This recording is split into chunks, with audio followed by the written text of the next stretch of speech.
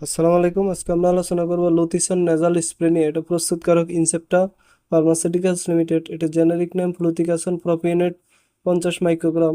এটা একটা স্প্রেতে 120 স্প্রে থাকে। এটার দাম হলো 250 টাকা। নির্দেশনা কি জন্য চিকিৎসকগণ লুথিসন স্প্রে ব্যবহার করার জন্য দিয়ে থাকেন। লুথিসন স্প্রে মৌসুমী অ্যালার্জিক রাইনাইটিস চিকিৎসার জন্য নির্দেশিত।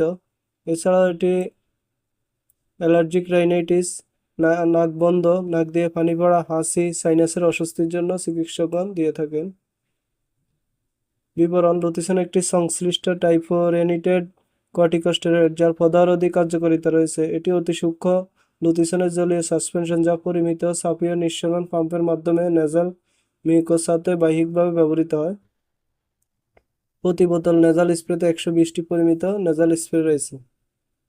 মাত্রা ও সেবনবিধি: কিভাবে লুথিসন নেজাল স্প্রে ব্যবহার করার জন্য চিকিৎসকগণ দিয়ে থাকেন। 12 বছরের অধিক বয়সীদের জন্য 1 বা 2 স্প্রে করে প্রতিদিন 2 বার করে।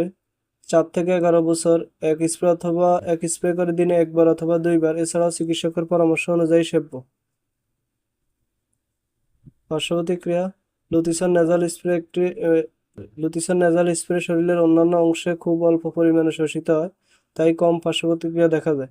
নেজাল স্প্রে ব্যবহারের কারণে নাক ও গলা শুকিয়ে যাওয়া, স্বাদ বিচ্যুতি, ঘ্রাণ বিচ্যুতি এবং নাক দিয়ে রক্ত ঝরার ঘটতে পারে। গর্ভাবস্থায় স্তন্যদানকালে: গর্ভবতী মহিলাদের এটা ব্যবহারে পর্যাপ্ত সুনির্দিষ্ট তথ্য পাওয়া যায়নি। ভ্রূণের ক্ষতির চেয়ে মায়ের উপকার বেশি বিবেচিত হলে গর্ভাবস্থায় লুথিসন নেজাল স্প্রে ব্যবহার করা উচিত। মাতৃদুগ্ধে ফ্লুটিকাসন প্রপিওনেট নিষিদ্ধ হয় কিনা তা জানা যায়নি। যেহেতু অন্যান্য কর্টিকোস্টেরয়েড মাতৃদুগ্ধে নিষিদ্ধ হয়, তাই স্তন্যদানরত মহিলাদের এটি ব্যবহারে অবশ্যই সতর্কতা অবলম্বন করা উচিত। এছাড়া গর্ভাবস্থায় স্তন্যদানকালে অবশ্যই চিকিৎসকের পরামর্শ নিয়ে ব্যবহার করতে হবে। থেরাপিউটিক্যাল ক্লাস: ফ্লুসিনল combined preparation, nasal steroid preparation. সংরক্ষণ: আলো থেকে দূরে ঠান্ডা শুষ্ক স্থানে রাখুন। সকল ওষুধ শিশুদের নাগালের বাইরে রাখুন। সতর্কতা: যে কোনো মেডিসিন ব্যবহারের পূর্বে অবশ্যই চিকিৎসকের পরামর্শ নিয়ে ব্যবহার করতে হবে। নিজে নিজে ভিডিও দেখে কোনো ওষুধ ব্যবহার করবেন না।